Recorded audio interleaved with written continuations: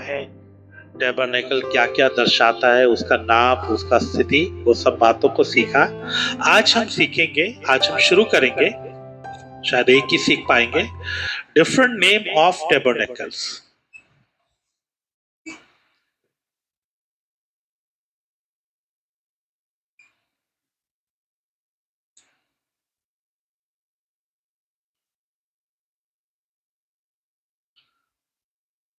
Different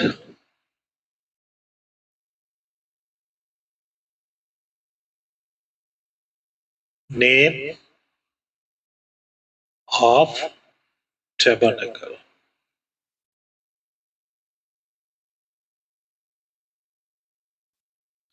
different name of the tabernacle.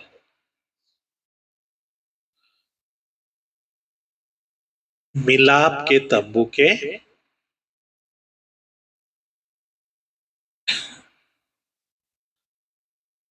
अलग अलग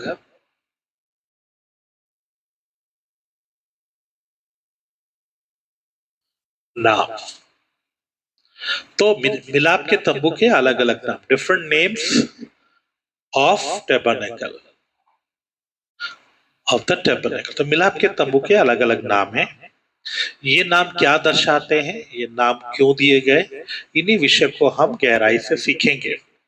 तो उसमें पहला जो नाम है, मैं अल्फाबेटिकल सिखा रहा हूं, तो पहला जो नाम है वो है house of the Lord. First, house of the Lord.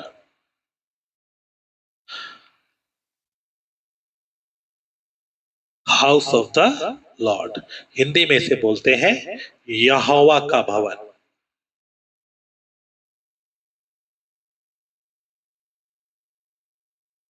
यहोवा का भवन, तो ये इसका नाम है, यहोवा का भवन। पढ़िएगा, एक्सोडस चैप्टर 23 वर्स 19, निर्गमन की पुस्तक उसका 23वां अध्याय और उसका 19वां वचन। अपनी भूमि की पहली उपज का फल पहला भाग अपने परमेश्वर यहोवा के भवन में ले आना। अपने परमेश्वर यहोवा के भवन में ले आना। क्या लिखा वहां? यहोवा का भवन। तो फर्स्ट नेम जो है the house of the Lord, house of the Lord. तो यहां लिखा है यहोवा का भवन, इंग्लिश में लिखा है house of the Lord. House के लिए जो वर्ड आया है, हाउस, हाउस के लिए जो हिब्रू में वर्ड आया है वो है बायात। बायात,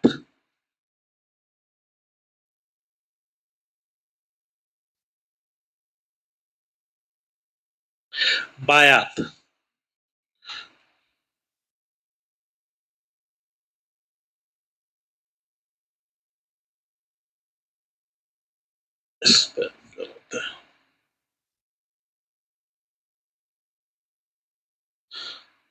बैत, बेत।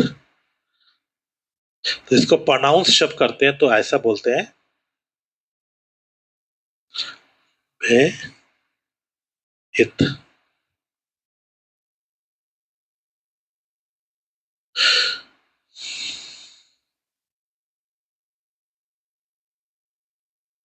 बेहित। जब इसको हम बोलते हैं तो इसको प्रोनाउंस करते हैं बे इत। इसका जो मीनिंग निकलता है वो है हाउस। इसको जब ट्रांसलेशन करते हैं हाउस और ड्वेलिंग हैबिटेशन।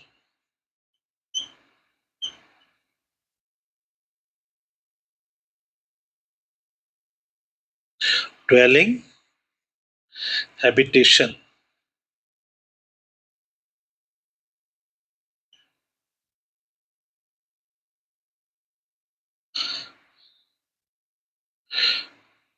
हाउस मतलब हो गया घर, ड्वेलिंग हैबिटेशन मतलब बसने का,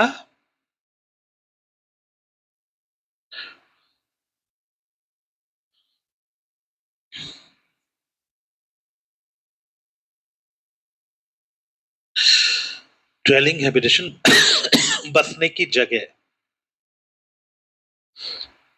या बसने का घर। सिर्फ घर नहीं है, बल्कि क्या है, बसने की जगह, मतलब उसमें कोई रह रहा है, जिसे होम भी बोला जाता है। हाउस बाहर का स्ट्रक्चर, जब उसमें लोग रहते हैं तो वो क्या बन जाता है, होम। तो ड्वेलिंग हैबिटेशन, उसे शेल्टर भी बोला जाता है, रिहायत को, या अबोर्ड ऑफ एनिमल्स वो भी बोला जाता है, लेकिन क्योंकि मनुष्य के लिए है तो इसलिए हाउस और ड्वेलिंग हैबिटेशन। तो ये परमेश्वर का बसने का जगह है। क्या है ये, परमेश्वर के बसने का जगह है। तो परमेश्वर ने कहा भी था कि मेरे लिए क्या बनाओ, एक निवास स्थान बनाओ, जिसमें मैं क्या कर सकूं, निवास का जगह, मेरे रहने की जगह। तो ये जो नाम है हाउस ऑफ द लॉर्ड, यहोवा का भवन, इसका मतलब है वो जगह जहां परमेश्वर बसता है, जहां परमेश्वर रहता है, जहां पर परमेश्वर वास करता है, उसका निवास स्थान। ठीक है, बसने की जगह या बसने का निवास स्थान, इसको निवास स्थान भी बोल सकते हैं।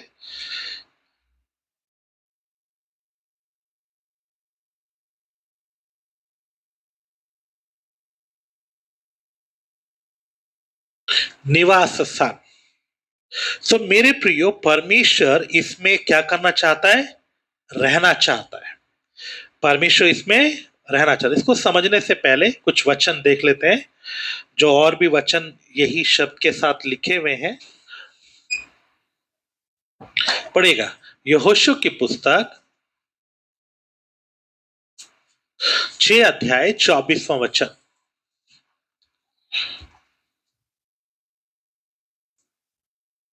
तब उन्होंने नगर को और जो कुछ उसमें था सबको आग लगाकर फूंक दिया। केवल चांदी सोना और जो पात्र पीतल और लोहे के थे उनको उन्होंने यहोवा के भवन के भंडार में रख दिया। तो ये किसके बारे में है, यरीहो के बारे में। परमेश्वर ने कहा यरीहो को जला देना, ये मेरे लिए, तुम्हारी तरफ से पहली लड़ाई है, तो मेरे लिए क्या कर देना, इसको अलग कर देना ना, ये तुम्हारे लिए क्या ठहरेगा ना, भेंट ठहरेगी।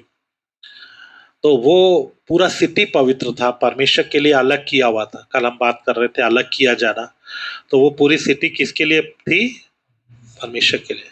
अब उसमें जो जलने के योग, मनुष्य को तो जान से मार देना है, आग लगा के जला देना है। जो चीजें आग में ठहर जाती हैं, लकड़ी कपड़ा वपड़ा सब जल जाएगा, लेकिन जो चीजें आग में ठहर जाती हैं, जैसे लोहा है, पीतल है, सोना है, चांदी है, तो जब उसको आग में लगा देंगे तो उसके बाद जो उसमें से चीजें निकलेंगी, सोना चांदी, वेसल्स या पीतल या लोहा, वो सब क्या करना है, यहोवा के भवन में ले जाके उसके ट्रेजरी में डाल देना। तो उस समय कौन सा था भवन, मिलाप का तंबू, तो उसको क्या बोलता है, यहोवा का भवन। एक और वचन पढ़िए, फर्स्ट सैमुएल चैप्टर 1 वर्स 7।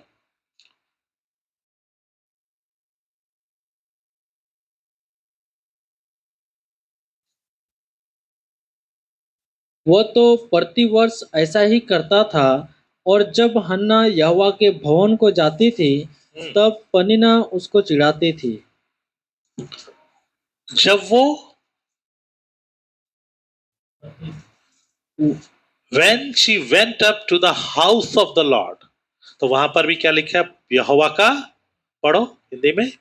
वह तो प्रतिवर्ष ऐसा ही करता था, और जब हन्ना यहोवा के भवन को जाती थी यहोवा के भवन को जाती थी, तब पनिना उसको चिढ़ाती थी। यहोवा के भवन को, है ना, हाउस ऑफ द लॉर्ड। तो वहां पर भी क्या शब्द आया है, हाउस ऑफ द लॉर्ड, उस समय भी टैबरनेकल ही था, यहोवा का भवन। 24 वर्ष भी पढ़िए। जब उसने उसका दूध छुड़ाया, तब वो उसको संग ले गई और 3 बछड़े और एपा भर आटा और कुप्पी पर दाखमधु भी ले गई और उस लड़के को सीलो में यहोवा के भवन में पहुंचा दिया। House of the Lord, he brought him unto the house of the Lord in Shiloh and the child was young, है ना। तो यहोवा के भवन में क्या कर दिया, पहुंचा दिया। तो ये 4 वचन है, मैंने आपको चारों बता दिए। जहां पर क्या शब्द आया है, क्या शब्द आया है, यहोवा का भवन।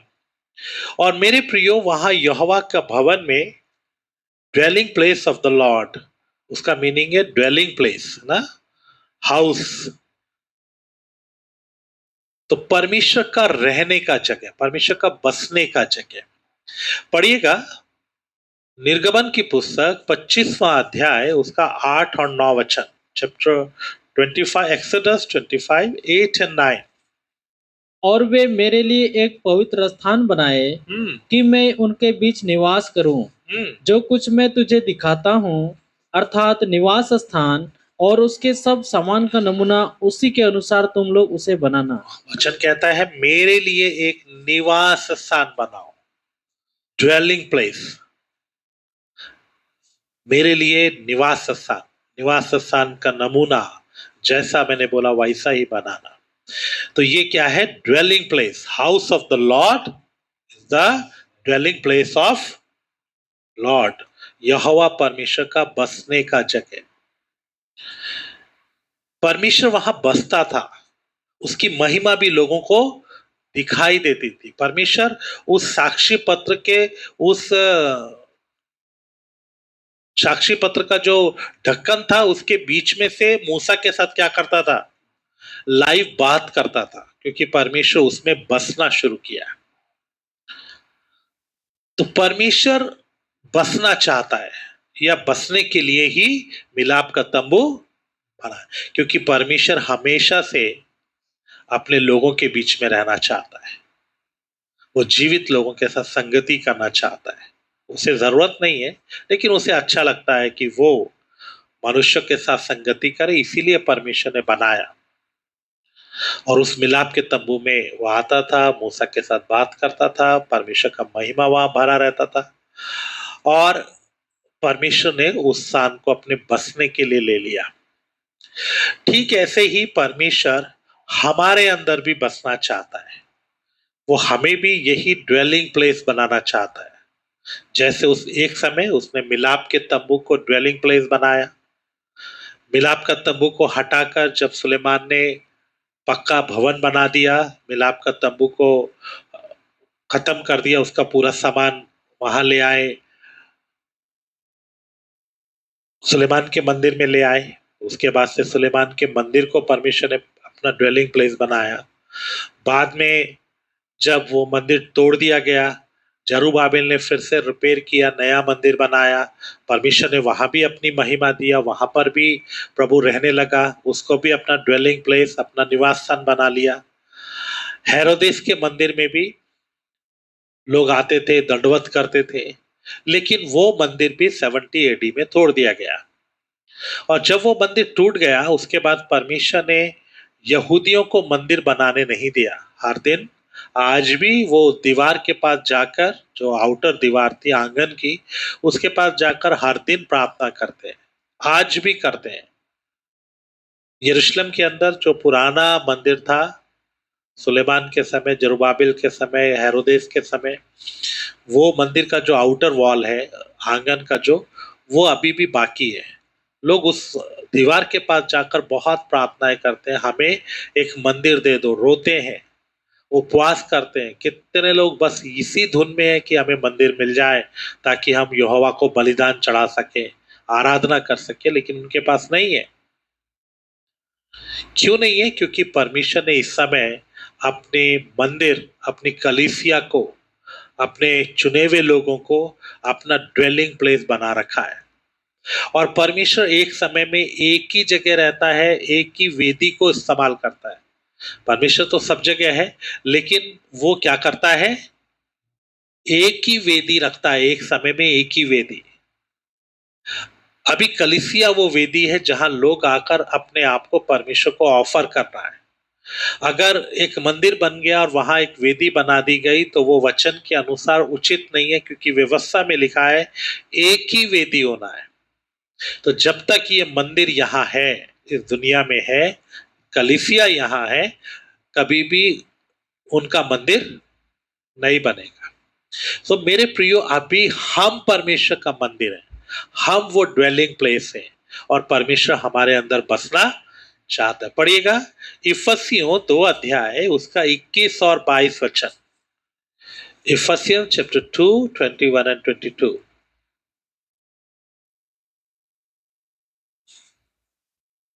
जिसमें सारी रचना एक साथ मिलकर प्रभु में एक पवित्र मंदिर बनती जाती है, जिसमें तुम भी आत्मा के द्वारा परमेश्वर का निवास स्थान होने के लिए एक साथ बनाए जाते हो। परमेश्वर का निवास स्थान होने के लिए एक साथ बनाए जाते हो। तो मेरे प्रियो, हम भी क्या बन रहे हैं, परमेश्वर का निवास स्थान, ड्वेलिंग प्लेस। वो एक साथ हमें जोड़कर एक जीवित पवित्र मंदिर तो बनाएगा ही। यीशु की देह में यीशु वास करेगा, वो तो होने ही वाला है, लेकिन व्यक्तिगत रूप में भी हम परमेश्वर का मंदिर है। और स्थानीय कलीसिया, एक एक कलीसिया भी परमेश्वर का मंदिर है जिसमें परमेश्वर वास करता है। तो मेरे प्रियो, हम परमेश्वर का मंदिर है और परमेश्वर का आत्मा हमें वास करता है। अभी हमारा हालत कैसा है?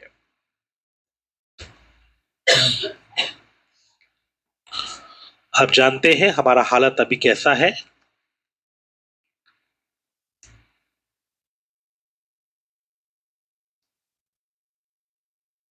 ये हमारा शरीर है,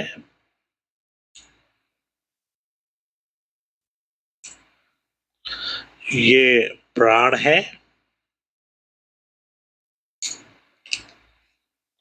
और ये आत्मा है।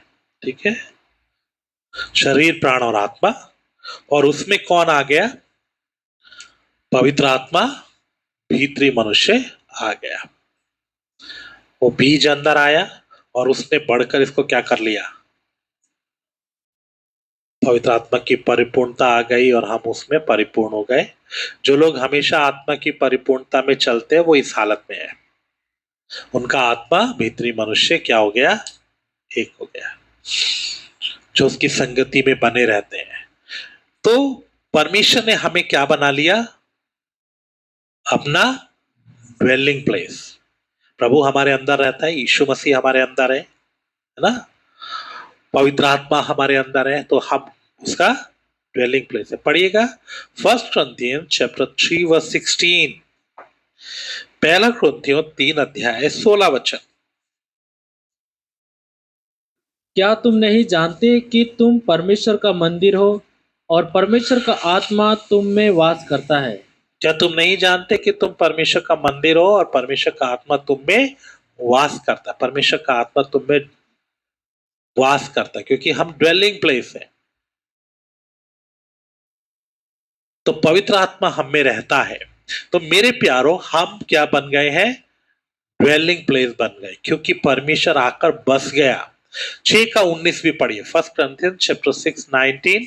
पहला कुरिन्थियों 6 अध्याय उसका 19वां वचन। क्या तुम नहीं जानते कि तुम्हारी देह पवित्र आत्मा का मंदिर है? क्या तुम नहीं जानते कि तुम्हारी देह पवित्र आत्मा का मंदिर है? तो मेरे प्यारो, हमारी देह परमेश्वर का क्या बन चुकी है? मंदिर। क्योंकि हमारी देह के अंदर भीतरी मनुष्य और पवित्र आत्मा अंदर रहता है। तो हम इस हालत में हैं, लेकिन हमारे साथ प्रॉब्लम क्या है? हमारे प्राण में अभी क्या है? क्या है ये? फ्लैश। क्या है? फ्लैश है, शारीरिकता वास करती है। इसके अलावा हमारे चारों ओर शैतान भी क्या होता रहता है? घूमता रहता है।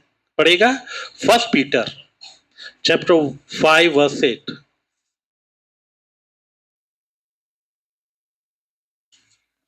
First Peter chapter 5 verse 8। सचेत हो और जागते रहो, और क्योंकि तुम्हारा विरोधी शैतान गरजने वाले सिंह के समान इस खोज में रहता है कि किसको फाड़ खाए। गरजने वाले शेर की तरह इस खोज में रहता है कि किसको फाड़ खाए। एक्चुअली में लिखा है, दोबारा पढ़ेगा। सचेत हो और जागते रहो, क्योंकि तुम्हारा विरोधी शैतान गरजने वाले सिंह के समान इस खोज में रहता है कि किसको फाड़ खाए। एक्चुअली में वहां हिब्रू से जब ट्रांसलेशन करते हैं तो उसका मतलब है वो तुम्हारे चारों ओर घूमता रहता है, सूंघते हुए खोज करता रहता है कि मैं कैसे इनके अंदर घुसूं, कैसे इनको कब्जा करूं। यह है असली उस वचन का मतलब। तो हम किसका ड्वेलिंग प्लेस है? परमेश्वर का। लेकिन शैतान क्या चाहता है कि मैं कैसे इनके अंदर घुसूं, इनको क्या कर लूं, कब्जा कर लूं। यहूदा इस्करियोती अभिषेक पाया हुआ व्यक्ति था, यीशु के साथ रहने वाला चुना हुआ एक व्यक्ति था। लेकिन वचन में लिखा है जैसे ही उसने वो टुकड़ा रोटी लिया, शैतान उसमें समा गया, उसके अंदर घुस गया, उसे कब्जा कर लिया। ऐसे ही पतरस ने जब इस बात को स्वीकार किया कि तू तो परमेश्वर का मसीह है, और यीशु ने उसकी तारीफ किया, देखो ये बात तुम पर किसी लहू और मांस ने नहीं, वर्ण परमेश्वर ने, आत्मा ने प्रकट किया है। और उसके ठीक बाद यीशु मसीह ने बोला, देखो मैं ऊंचे पर लटकाया जाऊंगा, अपने मरने की भविष्यवाणी किया पहली। और वो सुनते ही एकदम से पतरस बोलने लगा, नहीं प्रभु, तेरे साथ ऐसा नहीं होना चाहिए।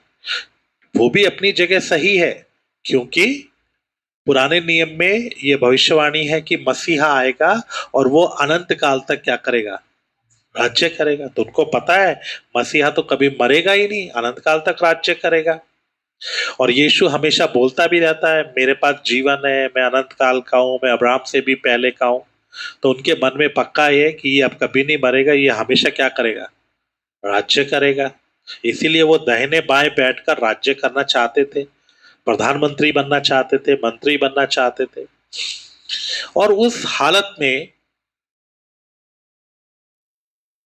जब जैसे उसने बोला, तब यीशु मसीह ने मुड़कर उसे देखा और बोला, हे शैतान मेरे पास से। उस समय भी शैतान किस में घुसा हुआ था? पतरस में घुसा हुआ। और यीशु ने बोला, देखो तू परमेश्वर की नहीं वर्ण मनुष्यों की बातों पर मन लगा।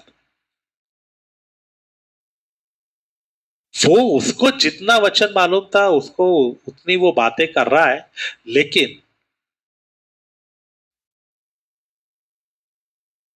प्रभु उसको बोलता है, क्या है तू शैतान का काम कर रहा है। सो मेरे प्रियो, शैतान किसी में भी घुस सकता है, किसी के अंदर भी आ सकता है, और वो चारों तरफ घूमता रहता है, किसको मैं पकड़ लूं, किसको मैं पकड़ लूं। इसीलिए शैतान कभी कभी कुछ लोगों का दिमाग पकड़कर पूरा बर्बादी लाता है, बहुतों को बर्बाद कर देता है।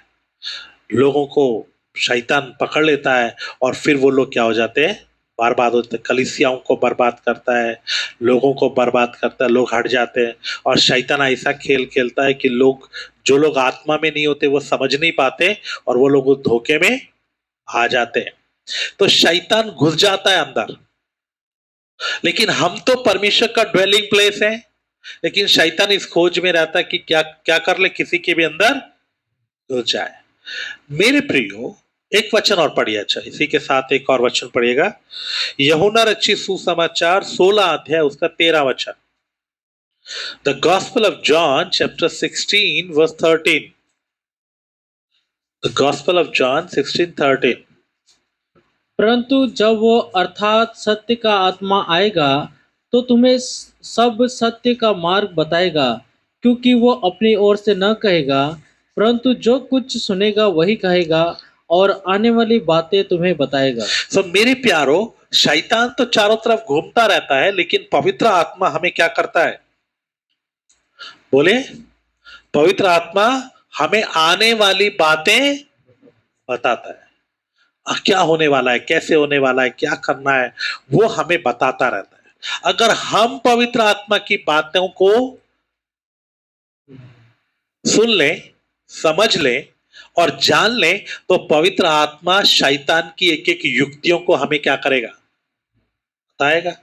और अगर हमें शैतान का युक्ति पता होगी तो आराम से हम उससे क्या कर सकते हैं, लड़ सकते हैं, जय पा सकते हैं।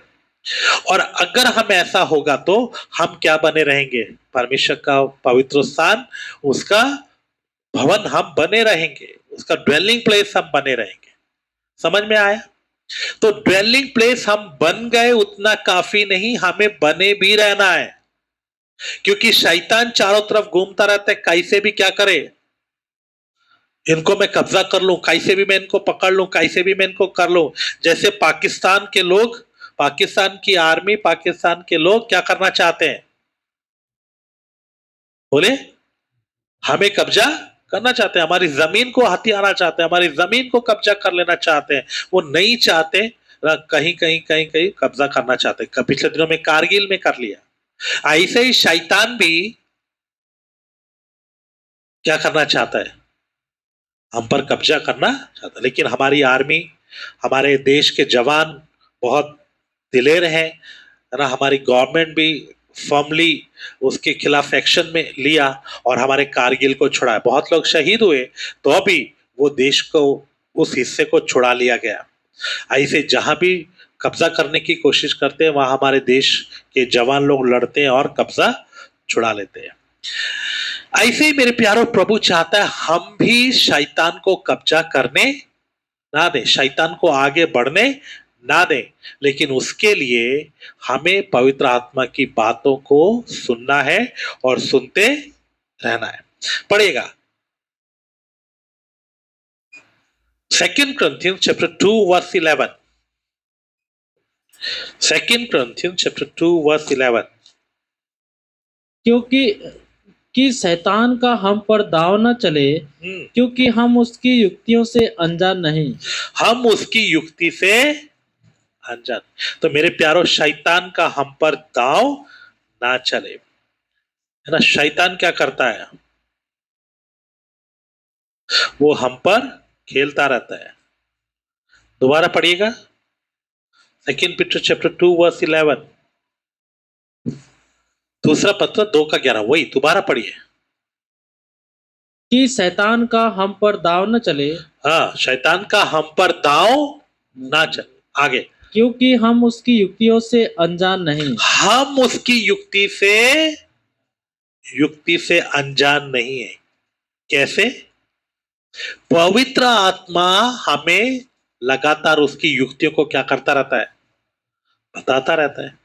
अगर आप ध्यान से सुने, शैतान घूमता रहता है ताकि तुम्हें क्या करे, कब्जा करे, तुम्हें पकड़ ले, तुम्हें फाड़ डाले, तुम्हारे अंदर वास करे, है ना, तुमको पूरा कब्जा कर ले।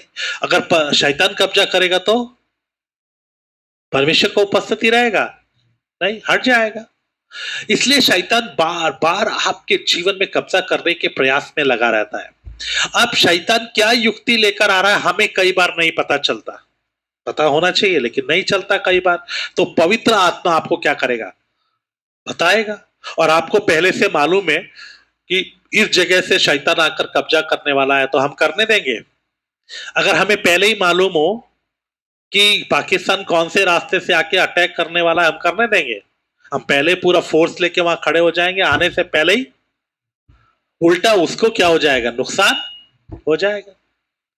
तो हमें भी शैतान की युक्तियां पता नहीं है, लेकिन पवित्र आत्मा हमें पहले से क्या करता है, बताता है। पहले से वो हमें सिखाता है। अगर हम पवित्र आत्मा के कांटेक्ट में हैं, पवित्र आत्मा के साथ हमारा कांटेक्ट बना हुआ है, तो हम कभी भी शैतान के सामने सरप्राइज नहीं होंगे।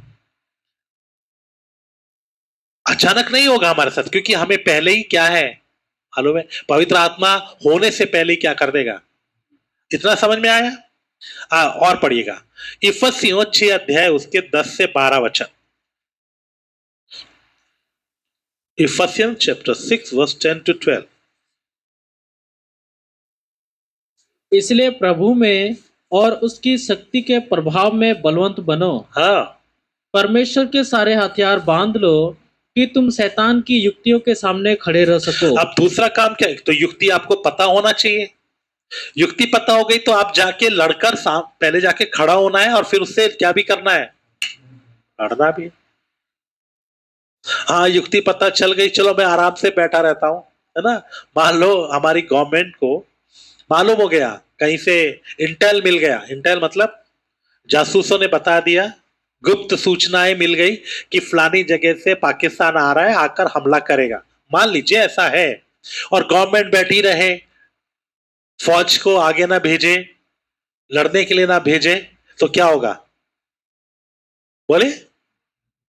हाँ, दुश्मन आएगा, आकर कब्जा कर लेगा, पता भी नहीं चलेगा। यही हुआ था कारगिल में। इंटेल था कि ऐसा हो रहा है, लेकिन ध्यान नहीं दिया।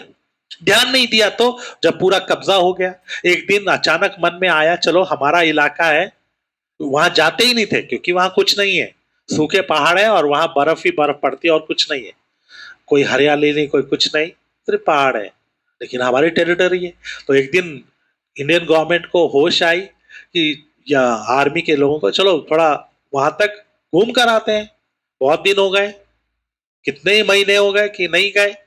जब वहां गए तो लौट कर नहीं आए। लगभग 4 या 6 लोग थे, जितने भी थे मुझे याद नहीं अच्छे से। वहां गए तो लौट के नहीं आए।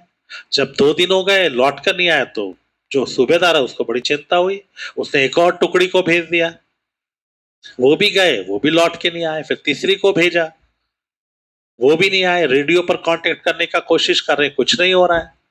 तब उसको कुछ अजीब लगा, तब उसने टुकड़ी नहीं भेजा, उसने अपने ऑफिसर्स को, हेडक्वार्टर को बोला कि ऐसे ऐसे घटना हो रहा है। तो उन्होंने बोला जाओ चेक करो। उन्होंने बाय एयर प्लेन वगैरह के साथ हेलीकॉप्टर से देखने का कोशिश किया, तो जब उन्होंने देखा तो वो तो नीचे पड़े हुए हैं, लाशें पड़ी हुई हैं, और इनके ऊपर भी हमला हो गया। तब होश आई कि हमारे इलाके में तो कौन घुसा हुआ है, और वो इतना अंदर तक आ चुके थे कि, और वो पहाड़ के ऊपर थे, हमारी आर्मी नीचे थी, और उसकी वजह से जब वो लोग तो मरे सो मरे, यहां से जब बहुत फौज को भेजा गया तो बहुत मुश्किल हुआ, नहीं जीत पाए। और तब क्या हुआ, इनको नीचे से जाके लड़ना था, और रात ही रात में हमारे कुछ बहुत ही बुद्धिमान और बहुत ताकतवर और सूरमा लोग हैं जिन्होंने वो लड़ाई को जीता। कीमत काफी देना पड़ा, लेकिन फिर भी हमारी उस टेरिटरी को छुड़ाया गया। और हम अपने जवानों को आदर करना चाहिए। हमारे देश के जवान कितना कीमत देकर हमारे चारों तरफ बॉर्डर की रक्षा कर रहे हैं। अगर गवर्नमेंट सोती रहेगी तो क्या हो जाएगा? ऐसे ही अगर आप सोते रहे, या आपके पास ताकत ही नहीं है, आपके पास सामर्थ्य नहीं है, 3 चीजें, एक तो आपको क्या होना चाहिए, इंटेल होना चाहिए। क्या होना चाहिए? सूचना होना चाहिए। क्या होना चाहिए? नंबर 1 सूचना। तो कौन देता है? पवित्र। अब ये शैतान हमेशा लड़ने के लिए क्या करता रहता है? घूमता रहता है, कब्जा करने के लिए कोशिश करता रहता है। तो आप पर कब्जा ना हो तो सबसे पहले आपके पास क्या होना चाहिए? सूचना होना चाहिए, इंटेल होना चाहिए। कोई ना कोई आपको बताना है। हमारे तो जासूस रहते हैं चारों तरफ, वो बता देते हैं गवर्नमेंट को फोन करके ऐसा ऐसा आ रहा है। हर देश एक दूसरे के देश में क्या रखता है? जासूस रखता है। हमें जासूस रखने की जरूरत नहीं है। हमारे पास कौन है? पवित्र आत्मा, जो हमें सब कुछ बता देता है। दूसरी चीज क्या करना है? हमारे पास ताकत होनी चाहिए। क्या होनी चाहिए? ताकत होनी चाहिए, है ना। हमारे पास मिलिट्री होना चाहिए अगर हम दुनियावी लड़ाई की बात करें, और मिलिट्री के पास गोली बारूद हथियार होना चाहिए। नहीं होना चाहिए? नहीं है तो होगा, है ना। वो आगे आगे से बॉम्ब लेकर आ रहे हैं, है ना, टैंक लेकर आ रहे हैं, ऑटोमेटिक गन्स लेके आ रहे हैं, हम ऐसे गुलेल लेके खड़े हो जाए, डंडे लेके खड़े हो जाए, होगा? बोलो। नहीं होगा। तो हमारे पास भी क्या होना चाहिए? हथियार। इसलिए हमारी गवर्नमेंट हमेशा क्या लेती रहती है? नए नए हथियार, नए नए प्लेन्स, है ना, ऑटोमेटिक गन्स। अभी तो हमारे देश में भी क्या कर रहे हैं, बहुत बना रहे हैं। तो क्या होना चाहिए? हमारे पास ताकत होना चाहिए। हमारे पास ताकत में क्या क्या आती है? आर्मी प्लस हथियार, ठीक है ना। हमारे पास लोग होना है और क्या होना है? हथियार होना है। दोनों चीजें होनी है, तब हम उनका क्या कर पाएंगे। अच्छा, हमारे पास आर्मी भी है, हथियार भी है, लोग भी हैं, बहुत सबसे अच्छे वाले हथियार भी हैं, लेकिन हम वहां जाए ही नहीं, हम अपने घर में बैठे रहे, होगा? क्या भी करना पड़ेगा, जाना पड़ेगा फ्रंट में और लड़ना पड़ेगा। कैसा लड़ना पड़ेगा? पूरी ताकत से। सही बात है ना? मानते हैं कि नहीं? मेरे साथ एग्री है? ऐसे ही मेरे और आपके जीवन में हमें भी शैतान का युक्ति पहले से पता होना चाहिए। पौलुस कहता है हम शैतान की युक्तियों से अनजान नहीं है। एक तो वचन से पता चल जाता है, अगर आपने वचन अच्छे से मनन किया है, किसके जीवन में शैतान कैसे गिराया, दाऊद को कैसे गिराया, अगर आपको पहले से मेडिटेट किया, वचन सीखा है, अय्यूब के जीवन में कैसे खेला, है ना, कैसे एक व्यक्ति को बर्बाद करता है, अलग अलग जगह पर हमें दिखाई देता है ना। समसून को कैसे गिरा दिया, एली के कैसे, एली के और एली के बच्चों को कैसे गिरा दिया, लूसीफर को कैसे गिराए, कितनी ही योजनाएं हमें पता चलती हैं। एक तो वचन से पता चलता है कि हाँ ये लोग ऐसे ऐसे करते हैं। हमारे देश के लोग, हमारे देश की गवर्नमेंट, हमारे देश के फौजी लोग कभी पाकिस्तान के किसी के ऊपर भी क्या नहीं करते, विश्वास क्यों नहीं करते? हमें पता हमेशा गलती करेगा। इतना इतिहास है पुराना, ये हमेशा क्या ही करते हैं, गड़बड़ ही करते हैं। तो इसलिए हम लोग उन पर भरोसा नहीं करते। तो हमको भी मालूम है शैतान क्या क्या करता है। हम उन चीजों को अगर हमें समझ में है, वचन है, तो देखते ही पहचाने, अच्छा ये तो दाऊद वाला खेल खेल रहा है। मैं तो ऐसे ही बोलता हूं, दाऊद वाला खेल तू इधर भी खेल रहा है। तू तो समसून वाला खेल अच्छा इधर भी खेल रहा है। एकदम से पहचानता, अच्छा उस रास्ते से आ रहा हो, वैसा उधर आया था। तो आपको भी पता होगा तो आप आराम से पहचानेंगे। उसके अलावा पवित्र आत्मा आपको क्या करता है, सूचना देता रहता है। आपको नहीं मालूम है तो आपको बोलेगा देखो ऐसा है, ये होने वाला है, शैतान ऐसे रास्ते से आ रहा है। आपको वचन भी याद दिलाएगा, बाकी बातों में इशारा भी देगा। तो सूचना मिल गई। दूसरा चीज क्या है, बोलिए। हाँ, आर्मी और हथियार। दोबारा पढ़ लो, 10 और 11 वचन पढ़ लो। इसलिए प्रभु में हाँ, और उसकी शक्ति के प्रभाव में बलवंत बनो। परमेश्वर के सारे हथियार बांध लो कि तुम शैतान की युक्तियों के सामने खड़े रह सको। तो सारे हथियार तो प्रभु ने क्या भी दिया है, हमारे पास हथियार हैं, बोलिए। नहीं है? कैसे वाले हथियार हैं? चलो निकाल के पढ़ो, कौन से वाले हथियार हैं?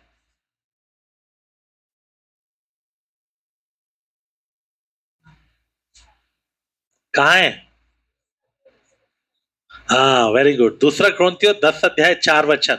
2 Corinthians chapter 10 verse 4। क्योंकि हमारी लड़ाई के हथियार शारीरिक नहीं, पर गढ़ों को ढा देने के लिए परमेश्वर के द्वारा सामर्थ्य है। पढ़ो, एक बार और पढ़ो, सब लोग पढ़ो। क्योंकि हमारी लड़ाई के हथियार शारीरिक नहीं, पर गढ़ों को ढा देने के लिए परमेश्वर के द्वारा सामर्थ्य है। गढ़ों को ढा देने के लिए परमेश्वर के द्वारा। तो कितनी सामर्थ्य है हमारे पास, शैतान का हर गढ़ तोड़ सकते हैं हम। कितना भी बड़ा फौज लेके आए, सबको घुटना टिका सकते हैं। हमारे पास हथियार है ना, शैतान के गढ़ों को ढा देने के लिए। मिसाइल भी है, ऑटोमेटिक गन्स भी है, तीर की जरूरत तो तीर भी मिलेगा, सब कुछ है। वो लेकर हम शैतान से क्या कर सकते हैं? अच्छा, हमारे पास गन्स है, सब है, उतने से हो जाएगा? हमारी अपनी सुरक्षा भी होना चाहिए, है ना? हेलमेट पहनना पड़ता है ना? बुलेट प्रूफ जैकेट पहननी, आज की भाषा में बात करें तो बुलेट प्रूफ जैकेट, पुराने जमाने में तो कवच होता था, वो भी पहनना है। वो इंतजाम किया है, बोले, किया है ना? क्या क्या है? उद्धार का टोप, धार्मिकता की, वो विषय नहीं है इसलिए मैं उधर नहीं जा रहा हूं, सिर्फ आपको याद दिला, धार्मिकता की चिल्लम, और धार्मिकता की चिल्लम यहां होती थी, हाथ पर भी पहनते थे उसको, यहां तक होता था। फिर सत्य का कमरबंद, ये नीचे के हिस्से को हमारा, है ना, इसको सेफ रखता था, प्लस उसमें बेल्ट में हथियार लगे होते थे सब। फिर नीचे, हाँ, मेल और समाचार की तैयारी का जूता, और फिर उसके आगे विश्वास की ढाल, और तलवार तो लड़ने के लिए है, तो सुरक्षा के लिए ये हथियार थे, ताकि हम क्या कर सके उससे। अच्छा, इसके अलावा हमारे लिए ढाल, विश्वास तो ढाल है ही है, एक और ढाल भी है हमारे लिए, बोले, पढ़ो, प्रकाशित वाक्य 12 अध्याय उसका 10 वचन।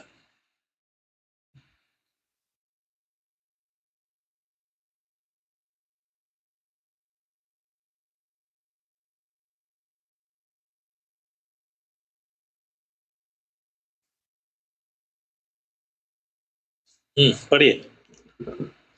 फिर मैंने स्वर्ग से ये बड़ा शब्द आते हुए सुना, अब हमारे परमेश्वर का उद्धार और सामर्थ्य और राज्य और उसके मसीह का अधिकार प्रकट हुआ है, हाँ। क्योंकि हमारे भाइयों पर दोष लगाने वाला जो रात दिन हमारे परमेश्वर के सामने में उन पर दोष लगाया करता था, गिरा दिया गया है।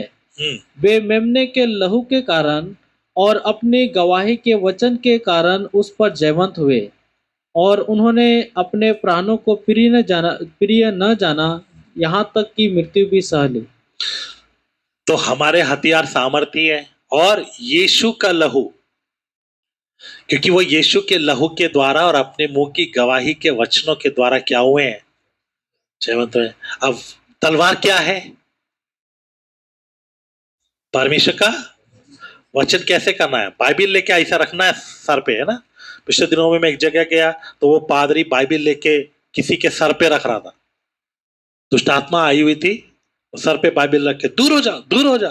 भाई ये नहीं, ये मात्र एक किताब है, ये लोगोस है, इससे काम नहीं होता।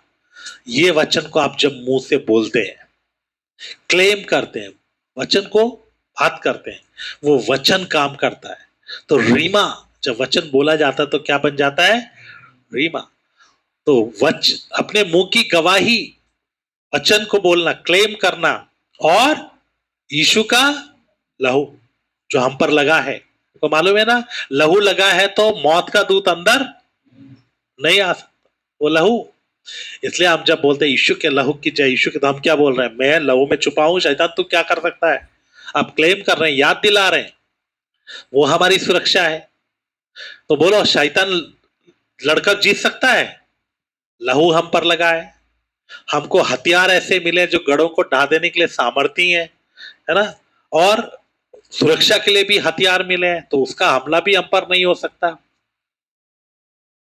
इसके अलावा अगर एक ऐसे आदमी को ऑटोमेटिक गन दे के खड़ा कर दिया जाए जिसके शरीर में ताकत ही नहीं है, बेचारे से उठ भी नहीं पा रही, उसको ऐसे उठाने के लिए बोला तो गिर गया बेचारा नीचे, वो गन लेकर कैसे चलाएगा? गन चलाने के लिए भी उतना बोझ उठाकर उसको संभाल कर टारगेट पे सीधा रखकर उतना शरीर में बल भी होना चाहिए। तो वो हमें मिला है या नहीं? बताइए, कहां लिखा है? हाँ, दूसरा क्रंथियो 4 अध्याय का 7 वचन पढ़िए।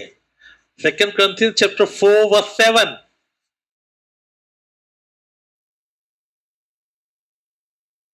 परंतु हमारे पास वह धन मिट्टी के बर्तनों में रखा है, कि यह असीम सामर्थ हमारी ओर से नहीं वरन परमेश्वर की ओर से ठहरे। हाँ, ये असीम सामर्थ परंतु हमारी ओर से नहीं, वरन परमेश्वर की ओर परमेश्वर से। की ओर से ठहरे। ये स्वर्ग का सामर्थ, ये भी हम में दिया गया है। तो हमारे हथियार भी सामर्थी हैं, हम में भी बहुत क्या है, सामर्थ है, और हमारी सुरक्षा भी प्रभु के द्वारा परफेक्ट है। अच्छा, इतना ही नहीं, कारगिल में क्या हुआ, जब ये नीचे से लड़ रहे थे तो वो ऊपर से हमले कर रहे थे, तो जितने लोग जाते थे घायल हो जाते थे।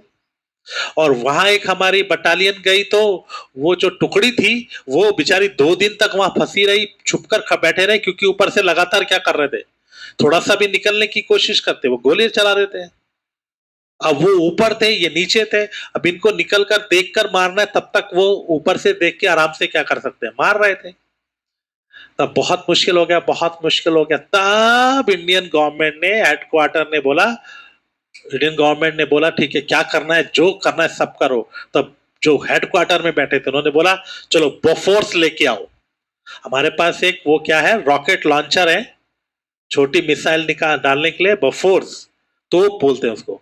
तो बफोर्स तोप लेकर आए, वो कहीं भी जा सकती है, वो ले जाके खड़ा कर दिया, और ऊपर से एयर स्ट्राइक, है ना। तो बफोर्स ने क्या किया, और वो इतना सटीक है, जहां से गोली चल रही थी उसको निशाना बताया, ठीक वहां उन्होंने क्या किए, बफोर्स के तोप गोले डाल दिए।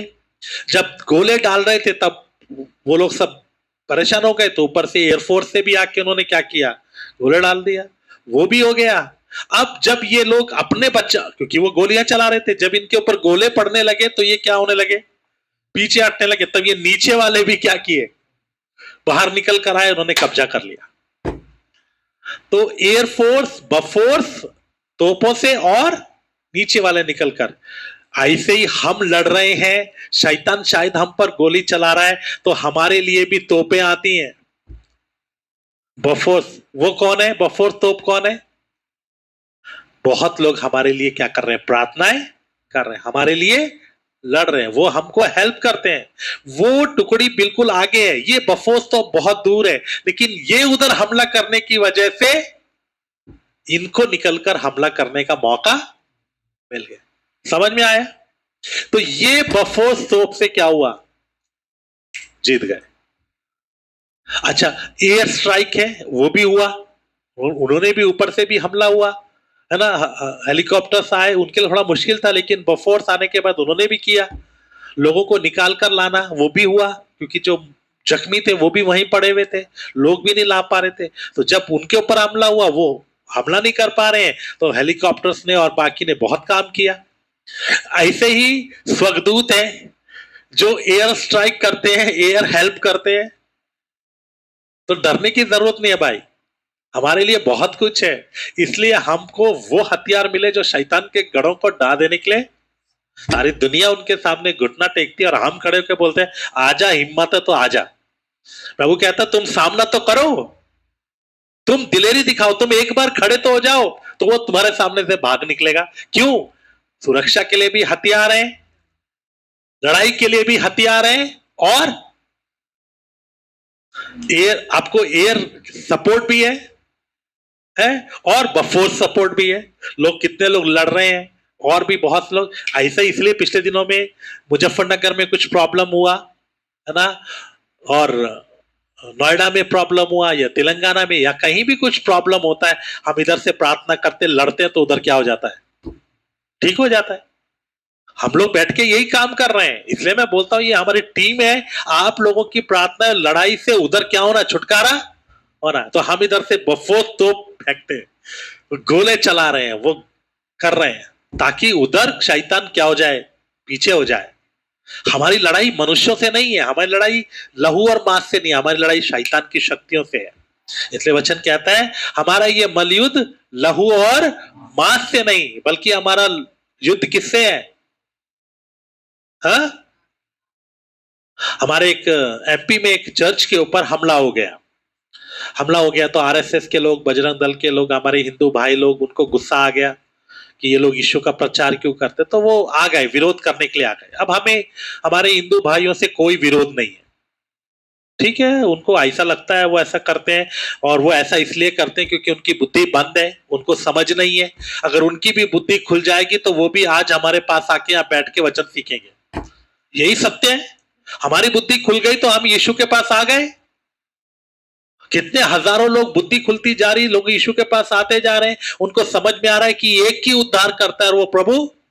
जिनकी बुद्धि बंद है, वचन कहता है दूसरा कुरिन्थियों 4 अध्याय उसके 4 वचन में, संसार के ईश्वर ने उनकी बुद्धि को बंद किया है ताकि परमेश्वर का तेजों में सुसमाचार का प्रकाश उन पर। उनकी बुद्धि बंद है, शैतान ने बंद कर रखा है, उनको समझ नहीं आता, उनको लगता है हम उनके विरोध में हैं, जबकि हम उनसे प्यार करते हैं और उन्हें बचाना चाहते हैं। तो वहां एमपी में वो लोग विरोध में आ गए, चारों तरफ से घेर लिया। हम लोग जम्मू में थे, प्रभु के दास को पता चला, प्रभु के दास बोले चलो सब टीम को बुला लिया। तो अब लोग वहां बैठ के 60-70 लोग बैठकर प्रार्थना करना शुरू किया, लड़ना शुरू किया। हमने ये नहीं कहा कि उन भाइयों को कुछ नुकसान हो, हमें उनसे कोई दिक्कत नहीं है। हमने उनके पीछे जो शक्तियां उनको पकड़ लिया, दुष्ट आत्माओं से लड़े, थोड़ी देर आत्मिक मल्लयुद्ध किया, पुलिस आई, थोड़ी देर के बाद सब शांत हो गया, सब अपने अपने घर चले गए। वो इतना गुस्से के साथ आए थे। ऐसा ही मेरे साथ हुआ निर्मल में, हिंदू वाहिनी के लोग आ गए, प्रभु मुझे सुबह ही बताया, मैं घूम घूम के चारों तरफ प्रार्थना की, आत्मिक मलयुद्ध लड़ा। जब वो लोग आए, थोड़ा देर आत्मिक मलयुद्ध किया, तो क्योंकि सुबह लड़ चुके थे, शक्ति पकड़ा गया, शांत हो गए। तभी मैंने उनको बोला खाना खाकर जाएंगे, बताया ना मैंने पहले भी, मैं बोला खाना खाकर जाएंगे भाई, क्योंकि उसके पीछे वाले को क्या कर लिया, पकड़ लिया। वो वहां का लोकल पास्टर उन लोगों को देख रहा है। हमें लोगों से कोई दुख नहीं है, ठीक है, उनको जो लगता है अच्छा और करते हैं भाई। हमें अच्छा लगता है हम उनके लिए प्रार्थना करें, हमें अच्छा लगता है मार खाकर भी उनको सुसमाचार बताएं, हमें अच्छा लगता है कि हम उनको बचाने के लिए प्रयास करें। प्रभु ने हमें ये काम दिया है, हमें ये अच्छा लगता है, इसलिए मार खाने के बाद भी हम प्रचार करते हैं। हम पर दोष लग रहे हैं फिर भी हम प्रचार करते हैं। उनको अच्छा लगता है हमें मारने के लिए, ठीक है भाई, जब तक तुम्हारी बुद्धि बंद है करो, लेकिन जो पीछे उनको उकसाने वाला उसको हम नहीं छोड़ेंगे। उनको धोखा देने वाला शैतान जो उनको हमारे विरोध लाता है, उनकी बुद्धि को बंद करके रखा है ना, उनको और खिलाफ में लेकर आता है, हम उसको नहीं छोड़ेंगे। इसलिए हम उन अंधकार का शक्तियों से क्या करते हैं, आत्मिक मलयुद्ध करते हैं। सो मेरे प्यारों, हमें वो ताकत प्रभु ने दिया है, वो सामर्थ हमें दिया है। तो कहीं भी प्रॉब्लम हो तो इधर उधर बात करने की बजाय तुरंत बैठ के प्रार्थना करो और लड़ाई लड़ना शुरू करो। बफोर्स तोले गोले दाग दो। देखो, मिसाइल डालो। कौन सा मिसाइल? आत्मा का मलयुद्ध। कौन सा? प्रार्थना का। देखो काम होता है कि नहीं।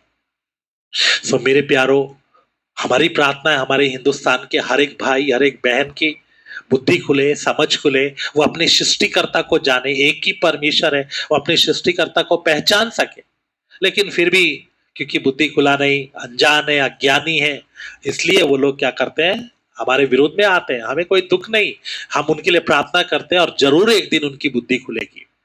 हमारी प्रार्थना है हमारे हिंदुस्तान का हर कोई उद्धार पाए, हमारा प्रधानमंत्री मोदी जी उद्धार पाए, वो यीशु को जाने, वो भी यीशु को पहचाने, ताकि वो मोक्ष प्राप्त कर सके, ताकि वो प्रभु को स्वीकार करके उद्धार पा सके। क्योंकि वचन कहता है, बाइबल सिखाती है, परमेश्वर के वचन में लिखा है, स्वर्ग के नीचे पृथ्वी पर और कोई नाम नहीं दिया गया, एक ही नाम जिसके द्वारा हम उद्धार पा सके। और हम प्रतिदिन प्रार्थना करते हैं हमारे ऑफिसर्स के लिए, हम प्रार्थना करते हैं हमारे प्रधानमंत्री राष्ट्रपति के लिए, और हमारे जितने भी बड़े ऑफिशियल्स हैं, हम प्रार्थना करते हैं प्रभु उनको बुद्धि दे, समझ दे, ज्ञान दे, ताकि हमारे देश को वो अच्छे से चला सके। क्योंकि बाइबल में हमें ये आज्ञा मिली है। इसके साथ साथ हम लोग हमारे हिंदू भाइयों के लिए, मुस्लिम भाइयों के लिए, हर एक के लिए प्रार्थना करते हैं, क्योंकि हम चाहते हैं वो लोग शैतान के धोखे से छूट जाएं।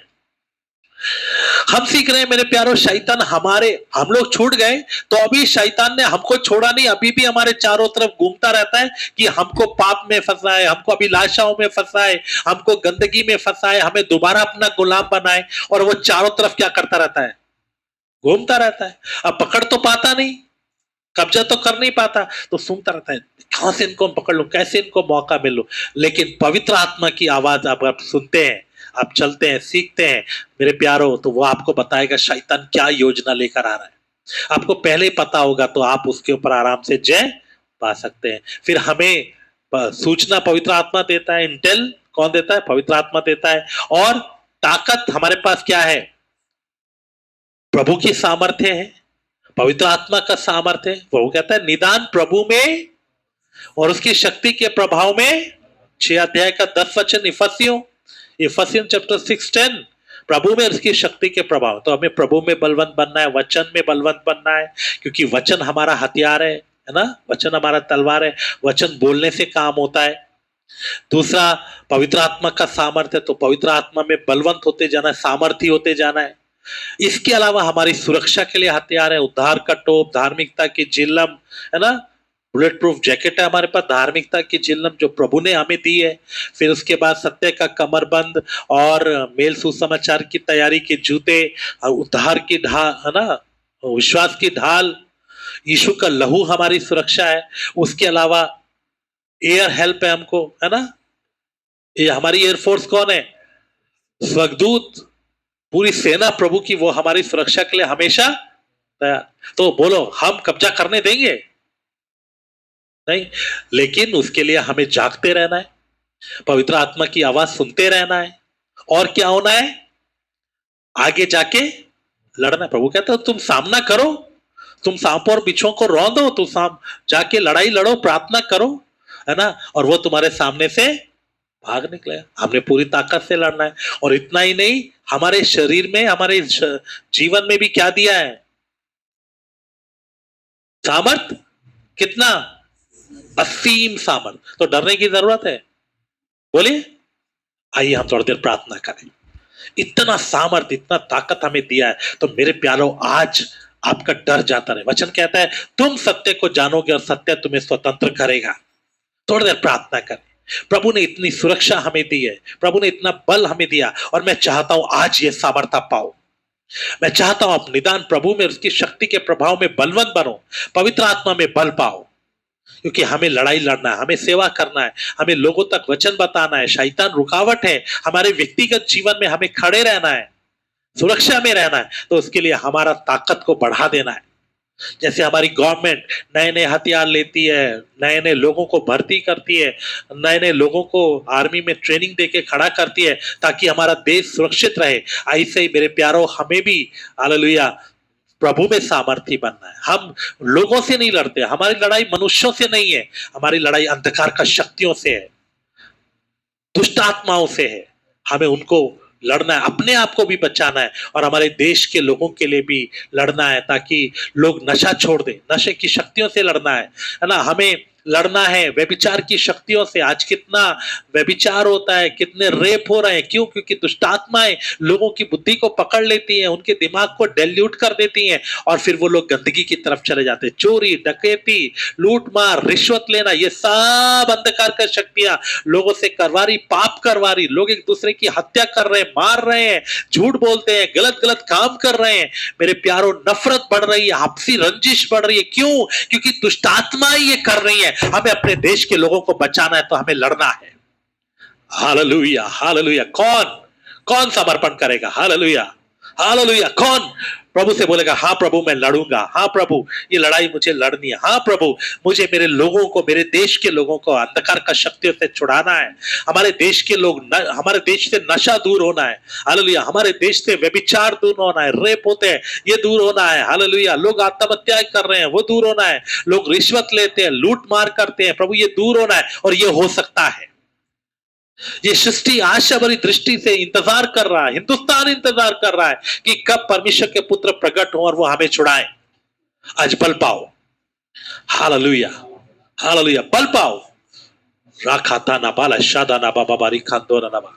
हालेलुया। थोड़ी देर प्रार्थना करो। शैतान आपको दबाता है, पाप आपको आकर बोलता है मैं तुम्हें दबा लूंगा, मैं तुम्हें पकड़ लूंगा। आज बोलो शैतान तू क्या कर सकता है? तू क्या कर सकता है? यीशु मसीह हमारे लिए बिछवाई प्रार्थना कर रहा है। यीशु मसीह ने चेलों को भी बोला देखो शैतान ने तुम्हें मांग लिया है, लेकिन मैंने तुम्हारे लिए प्रार्थना किया, तुम्हारा विश्वास ना जाए। यीशु भी हमारे लिए प्रार्थना कर रहा है। हालेलुया। ओ शाबाला खाता। तो हम कैसे पीछे हटेंगे, चाहे जान देना पड़े, चाहे हमारे हमारे हिंदुस्तान के लोग हमें मारते हैं, है ना, हमारे विरोध में निंदा करते हैं, बदनामी करते हैं, कोई बात नहीं, उनको करने दो, वो हमारे भाई हैं, हमारी बहन है, करने दो, लेकिन शैतान को हम रहने नहीं देंगे, शैतान का शक्तियों को हम रहने नहीं देंगे। हालेलुया। और हमारे भाई लोग, हमारे लोग, जब उनको बुद्धि आएगा तो वो भी यीशु को स्वीकार करेंगे, वो भी यीशु के पीछे चलेंगे। यही सत्य है मेरे प्रियो, यही सच्चाई है। हालेलुया। कितने लोग आरएसएस के, बजरंग दल के लोग, कितने बड़ी बड़ी जातियों के लोग यीशु के पीछे निकल आए, यीशु का आज प्रचार कर रहे हैं, यीशु के पीछे जी रहे हैं। क्यों? क्योंकि यीशु ही सत्य है और ये सच्चाई उन्होंने जानना है, तो हम शैतान को भगाना है, लोगों की आंखों को खोलना है। हालेलुया। कौन लड़ेगा? हालेलुया। मेरे प्यारो, हमारा Hindustan house of the Lord बन जाए।